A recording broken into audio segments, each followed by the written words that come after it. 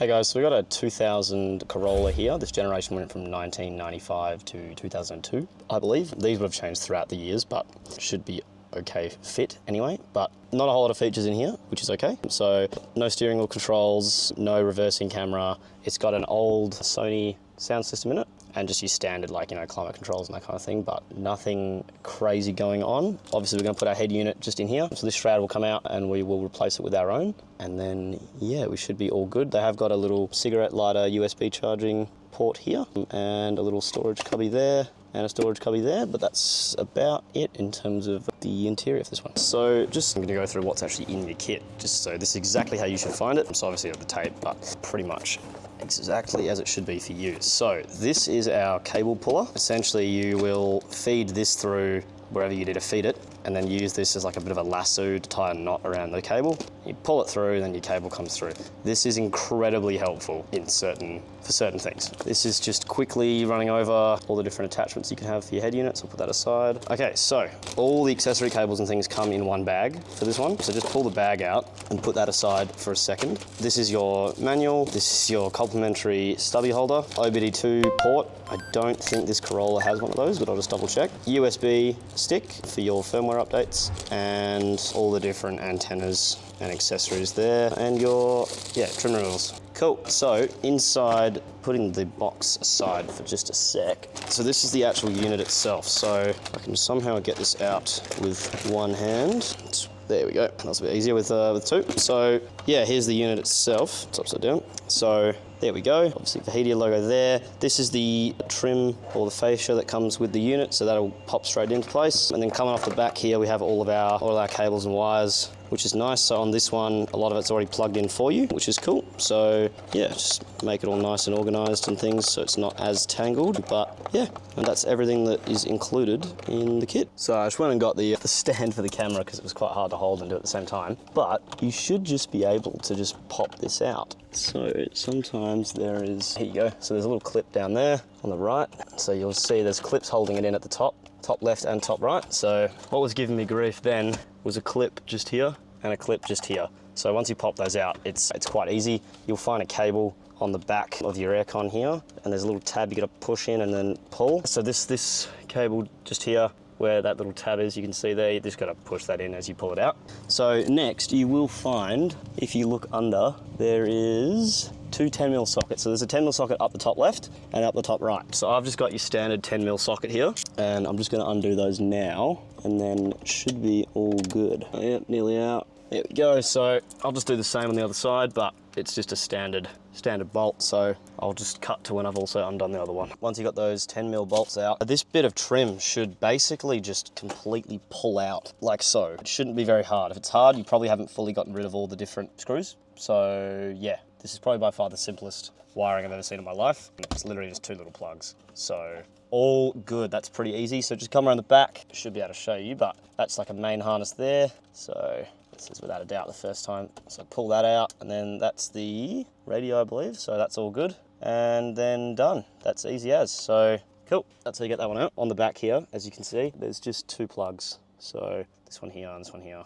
This had a main harness on it, so this had already had an aftermarket in, but it's very simple wiring, so it shouldn't really be an issue. This one here, guys, you can see, because this had an aftermarket radio, these are the original Toyota plugs, and then they're coming into an aftermarket main harness. So you get rid of these two plugs, and then it should be easier to plug. You have to do it to fit on our harness, but just keep in mind cars like this, if they've already got an aftermarket radio in them previously, they will most likely, anyway, because they're quite old, but you can just unplug them like that. I can just do it with one hand. It shouldn't be hard. There'll be a little tab at the top. You'll just press down and then pull it out, just over here. You can see what I'm doing there, but it is obviously easy to do with two hands, but that's all I'm doing is unplugging these. So you just take that one. So what we've got here is we've got a 6-pin plug and a 12-pin. And then on the main harness, on the actual unit itself, you'll see this big intimidating bird's nest of wires. But ignore all this, just look at the white plugs. So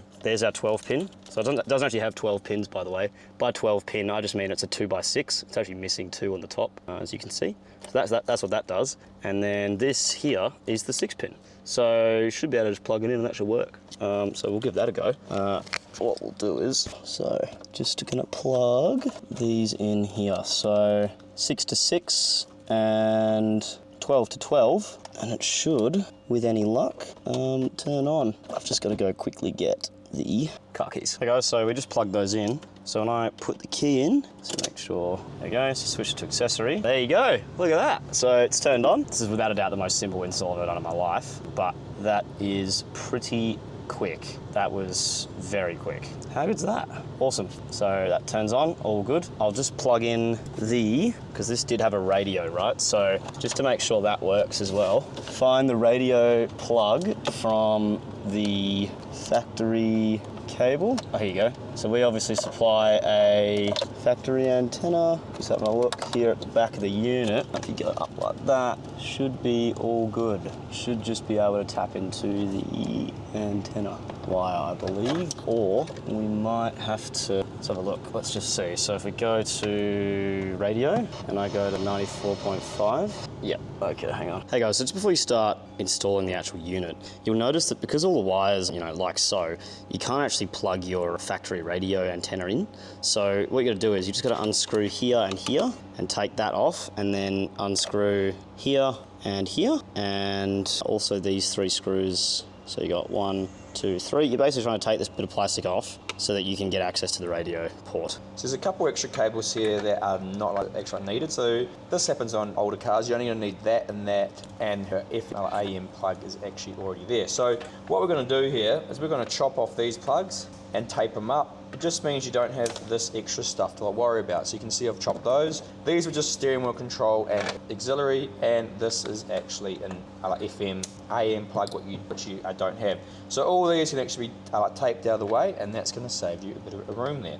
Just having a quick look at the plugs. So we chopped off this plug here, and we chopped off that plug, and we chopped off the dual antenna plug. Due to this being a prototype unit, we didn't have it in the actual kit itself, but there should be a 90-degree adapter cable for your radio. So what you'll do is, if you take this shroud off and you see just on the corner here, that's the radio. So you should plug the adapter straight in, just turn it around so it's facing there, feed it through the hole where all the rest of the cables are going, and then from there you should just be able to plug the radio directly into this, and it should work all good. Hey guys, so all I've done there is just taped up those wires we just cut. Now, quickly take note, hopefully in your unit it will be the same, different I should say, but these 2 ports here, so for example this one, there's 2 of these. One of them is and one of them is, here you go, one of them's GPS and one of them is your 4G. Now, the one closest to this side here, that's facing towards me, this is the GPS. So if you use the shroud as a reference point, it's the side that's doesn't have any of the wires coming out of it. So just keep that in note, because we will need to know that later. So my advice is to just attach your GPS to it now, and I'll show you how to do that. This is a GPS cable. I just let out one length of cable so I can keep it all nice and neat in the meantime. But what I'm going to do is I'm going to plug this into, I'm going to find that GPS cable again. Oh, where's it gone? This one here. So I'll feed this through just this edge here, and then I will plug that in just here like so. So these 2 are going to go with one hand. It's a bit tricky. There you go. Bang. Awesome. So that's how you know which ones you do. Hey guys, so just put that back together. Make sure, yet again, you remember which one is, but it's very easy, I find, to visualize. If you want to put this back together, you go, okay, yep, this is the right way up the head unit. How does that fit on? And then you realize that the wires are going to go through both this part of the fascia and the other part of the fascia. But yeah, if you can visualize it, you'll be all good. You'll be able to figure that out pretty easily. Just hooked up the main harness, 2 plugs here, and that radio plug that we were talking about earlier. So all we got to do with now is our accessory cables. So don't have to worry about that or any of that. So a lot of these cables you don't have to worry about at all. So for example, this is our SIM card tray plug that's just coming out from pretty far to the right. So I'm just going to drop that down just to the right there. Sorry, it's hard to get a good angle. Look, there you go. So 1 second. So I try to organize them based on where they're coming out. So for example, the radio plug is the most far right one. So I pull that out like this, I disconnect it, and then I will, where is it? I will reconnect it. Hey guys, so all I did just then, I grabbed this single USB. It's very easy, open a glove box. If you stick your hand up, you'll be able to see my hand just there. So you just stick it through there, and then, so that's that taken care of. What else back here? So you got your radio, your GPS, some cables for the pre-speaker out, so you don't really need a lot of these. So we'll find the one for the reversing camera later, but apart from that, it seems that we are all good so far. Hey guys, so just grabbed the 4G antenna, and I found the other plug that was not used by the GPS. The GPS one we got hooked in earlier, and this is the 4G one. Now with any of these antennas, the only real thing that's important is that there's no metal between it and the sky. And what's great about this unit is because we have this nice plastic flat fascia here, we're just going to stick them on the back of this. So if you tilt the unit up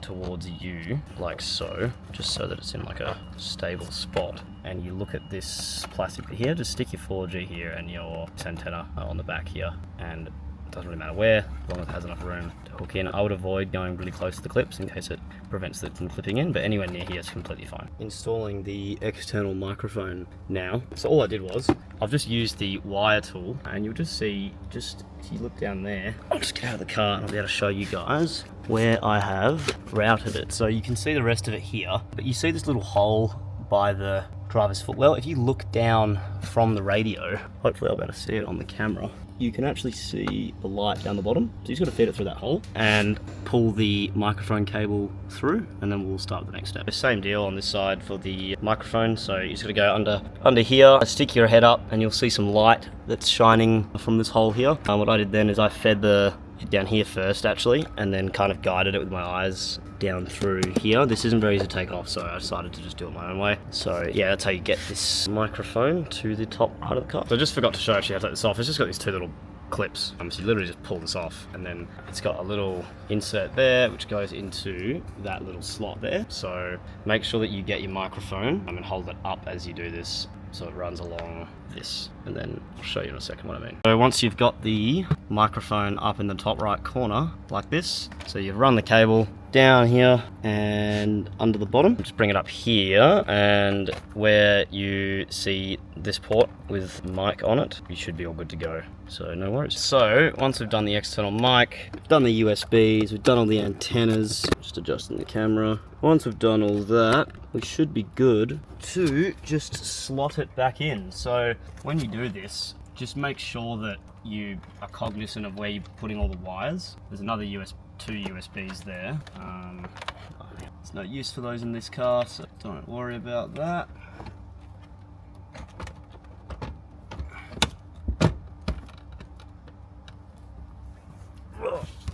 So once that's all done, you can get these two 10mm screws that we did at the start. Flick your socket over to tighten, and we can go up in the corner here and just tighten that one up. Okay, there's one. Just finish it off with the second one. There we go. Just make sure it's all tight. You don't want anything being loose. While it's all apart, you may as well. There you go, that's all nice and tight again. Get your aircon, make sure it's the right way up. Get your plug it back in. And then these clips here. Now what I assume is you got to push down and let those go up. Yeah, exactly. So push down and then up for that one, and then should be all good. So just going to go get the keys now, fire it up, and should all work. Okay, all right. There we go. So it's on, and it is connecting to my phone. Sorry. Oh, I got headphones in. Hang on. There we go. Cool. So that works. And just double check your radio still works in case the. There we go. Still forced. It's not in the way that you said to me. It's not having a real. Cool. So that all works. No worries. That is how you install the CarPlay into a 2000 Corolla. Cool.